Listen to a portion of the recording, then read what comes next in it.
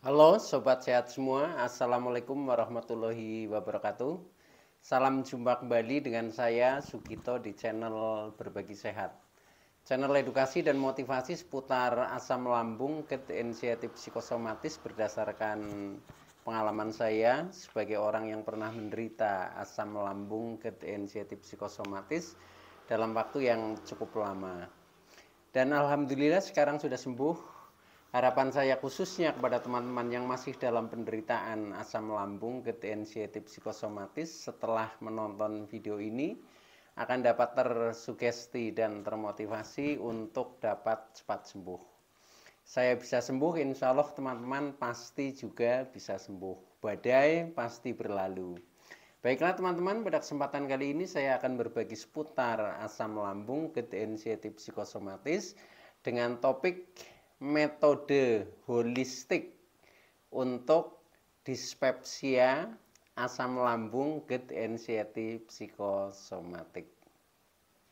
Baiklah teman-teman ya, sebelum saya lanjutkan, tolong yang belum subscribe channel ini, klik subscribe dan loncengnya supaya teman-teman tidak ketinggalan konten video-video berikutnya. Dan jika suka, klik like, selalu bagikan ke sosial media teman-teman. Semoga bermanfaat buat kita semua. Baiklah kita lanjutkan, jadi topik kita kali ini adalah metode holistik untuk mengatasi dispepsia asam lambung, GERD, inisiatif psikosomatik. Teman-teman semua, metode holistik yang saya maksud di sini adalah cara mengatasi secara komprehensif ya, atau secara keseluruhan, baik mencakup aspek fisik, aspek psikis maupun aspek spiritual. Mengapa begitu? Karena memang penderitaan asam lambung, GERD, inisiatif psikosomatik termasuk dispepsia ya. Ini penderitaannya juga bersifat fisik juga bersifat psikis. Oleh karena itu jauh akan lebih efektif ketika kita sudah memahami dan kita menerapkan metode holistik yang saya maksud tadi. Dan ini berdasarkan pengalaman saya yang saya praktekkan itu ternyata jauh lebih efektif untuk menuju ke pemulihan kesembuhan penderitaan dispepsia asam lambung, GERD, inisiatif psikosomatis. Pengalaman saya dulu kenapa menderita sampai agak lama, karena memang awalnya saya hanya mengejar pengobatan secara fisik ya, sehingga secara psikisnya atau mentalnya ini terbengkelai. Nah akhirnya menjadi lama sembuhnya itu seperti itu. Tapi setelah saya memahami alurnya, ternyata penderitaan ini seperti ini ya. Nah maka menjadi semakin paham ya. Setelah paham, nah kita mencoba treatment dengan secara holistik atau secara keseluruhan. Nah itu akhirnya jauh menjadi lebih efektif di dalam proses penyembuhannya. Nah, oleh karena itu saya sharingkan kepada teman-teman ya, mudah-mudahan teman-teman yang masih dalam penderitaan dispepsia, asam lambung, GERD, inisiatif psikosomatik ini akan segera membaik ya, segera membaik dan akhirnya menjadi sampai dengan sembuh total. Oke teman-teman ya, kita lanjutkan. Yang berikutnya adalah tentang pemahaman ya. Jadi bagaimanapun juga pemahaman ini menjadi sangat penting ketika kita ingin menyelesaikan suatu permasalahan. Jadi anggap saja penderitaan kita ya yang berhubungan dengan dispepsia, asam lambung, GERD, inisiatif psikosomatis ini adalah suatu permasalahan ya. Yaitu permasalahan yang berhubungan dengan kesehatan, baik itu kesehatan secara fisik maupun secara mental atau secara psikis ya. Nah, yang pertama tentang dispepsia ya. Dispepsia ini sepengetahuan saya ya, jadi ini adalah gangguan pencernaan lah ya, gangguan pencernaan atau sering orang menyebut flu perut ya itu. Nah ini juga identik dengan asam lambung karena dengan dispepsia itu juga akan eh, menjadi mata rantai ya, menimbulkan asam lambung sering naik gitu, seperti itu. Nah, dispepsia itu sendiri dibedakan menjadi dua, teman-teman ya. Yang pertama yaitu dispepsia organik ya, dan yang kedua adalah dispepsia fungsional. Dispepsia organik adalah ini dikarenakan adanya kelainan organ ya, kelainan organ. Contohnya misalkan organ pencernaan kita khususnya lambung mungkin ada luka ya, atau mungkin terjadi iritasi ya. Nah, itu sehingga menimbulkan sakit ya, sakit terutama di lambung atau di perut. Nah, itu biasanya ditandai dengan adanya kembung ya, begah, perih, sembelit. Nah, itu karena memang ada kelainan secara organnya gitu. Nah, sedangkan dispepsia fungsional ya, ini dikarenakan adanya fungsi organ itu terganggu ya. Jadi sebenarnya organ itu kalau dicek baik-baik saja ya, normal, tetapi fungsinya menjadi terganggu ya karena adanya tekanan pikiran, adanya kecemasan, mungkin adanya ketakutan ya, adanya emosi yang berlebihan. Nah, ini akhirnya menimbulkan apa ya, fungsi organ kita khususnya lambung sebagai pencernaan ini akan terganggu ya, sehingga asam lambung itu menjadi selalu naik. Jadi ini sebabnya adalah secara psikis, teman-teman, sehingga terjadi dispepsia fungsional.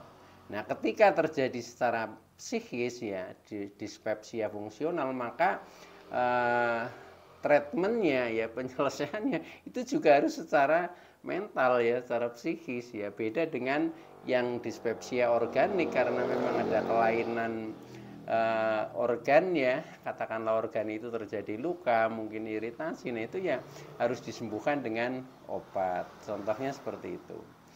Nah, kemudian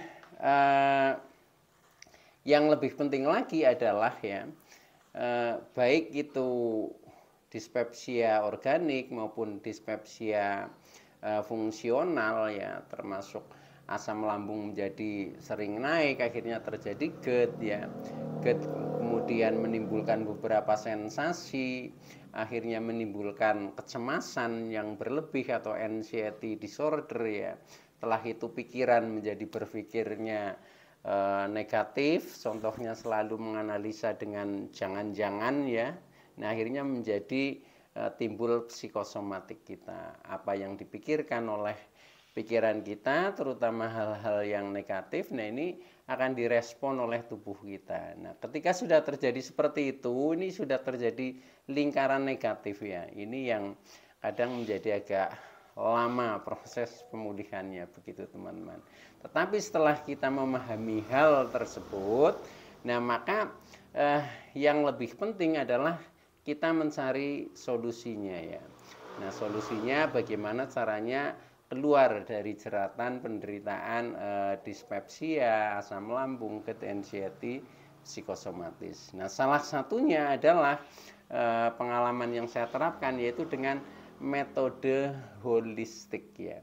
Holistik ini artinya keseluruhan ya, komprehensif, baik itu secara fisik maupun secara psikis, bahkan secara spiritual pun nah kita gunakan sehingga proses penyembuhan secara fisiknya juga dapat, secara psikisnya juga dapat, bahkan secara spiritualnya menjadi lebih percaya diri dan lain sebagainya ya. Nah, maka proses penyembuhan itu akan jauh lebih efektif. Nah, sekarang yang lebih penting lagi adalah bagaimana penerapan metode holistik yang saya maksud, teman-teman ya. Nah, penerapan metode holistik yang saya maksud adalah yang pertama yaitu kita menggunakan pengobatan atau pendekatan secara fisik dulu ya.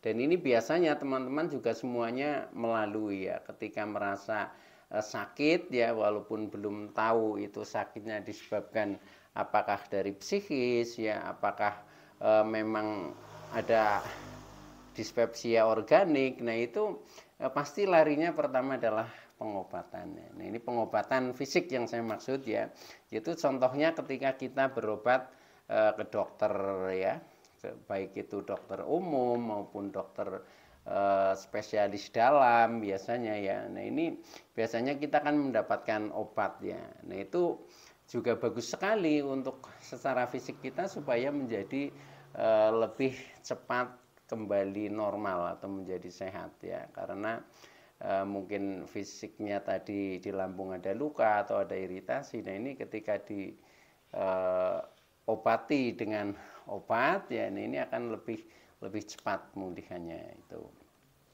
Nah ini yang saya maksud secara fisiknya ya, atau pengobatan fisiknya. Nah kemudian tidak cukup hanya itu, karena kalau kita memang sudah disebabkan oleh dispepsia fungsional ya, karena faktornya adalah faktor psikis ya, ketika kita hanya menerapkan satu treatment ya, contohnya dengan hanya mengkonsumsi obat, ini biasanya masih agak lama ya, masih agak lama proses pemulihannya, karena akarnya atau sebabnya itu belum disentuh ya. Nah maka dari itu kita meningkat yang kedua, yaitu pengobatan secara psikisnya, secara mentalnya ya. Secara mentalnya itu biasanya bisa misalkan kita ke psikiater ya, bisa ke psikolog ya, bisa ke hipnoterapi ya, atau bisa sharing dengan motivator ya. Semuanya itu sifatnya adalah membangun mental kita ya, membangun mental kita secara psikis, tentang perasaan, tentang emosi, tentang pikiran yang sebenarnya itu menjadi beban itu apa ya. Itu biasanya kalau kita telusuri ya, kita sadari, itu biasanya berawal dari itu teman-teman ya. Tetapi kadang kita tidak merasa atau tidak sadar bahwa ternyata hal kecil itulah yang menyebabkan itu ya. Itu. Nah itu makanya kita harus lakukan solusi atau pengobatan secara psikisnya. Jadi bisa ke psikiater, bisa ke psikolog, bisa menggunakan hipnoterapi, bisa juga sharing dengan motivator ya, atau mungkin dengan orang lain yang dipandang menurut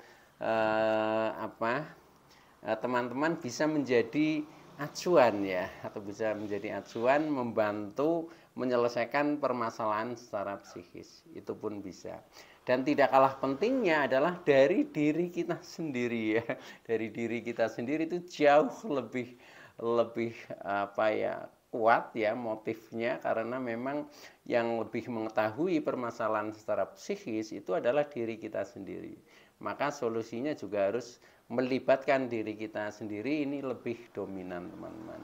Maka dari itu sadari saja sebenarnya kekurangan dalam diri kita itu apa. Nah itu yang harus dirilis ya, dirilis itu harus diselesaikan, disalurkan ya, sehingga menjadi plong apa yang menjadi hambatan di benak kita, yang akhirnya menimbulkan rasa-rasa tidak nyaman di dalam tubuh kita. Karena orang yang terkena psikosomatik itu apa yang dipikirkan ya, kalau tidak dirilis maka tubuh akan menjadi sakit, begitu teman-teman. Nah kemudian treatment yang ketiga ya, selain kita mengadakan pengobatan secara fisik, pengobatan secara psikis, nah ini juga secara spiritual. Kita mengadakan pendekatan secara spiritual, yaitu dengan cara kita lebih mendekatkan diri kepada Sang Pencipta ya, kepada Yang Maha Kuasa, karena kita yakin bahwa hidup ini ya, sehat ini, sakit ini ya, ini semuanya adalah atas kehendak Tuhan Allah Subhanahu wa taala. Nah, oleh karena itu di saat kita sedang mengalami penderitaan, itu pun kita harus bersandar kepada Allah Subhanahu wa taala. Itu dengan cara bagaimana teknik kita lebih mendekatkan diri? Ya tentunya dengan cara kita lebih banyak beribadah, ya, lebih banyak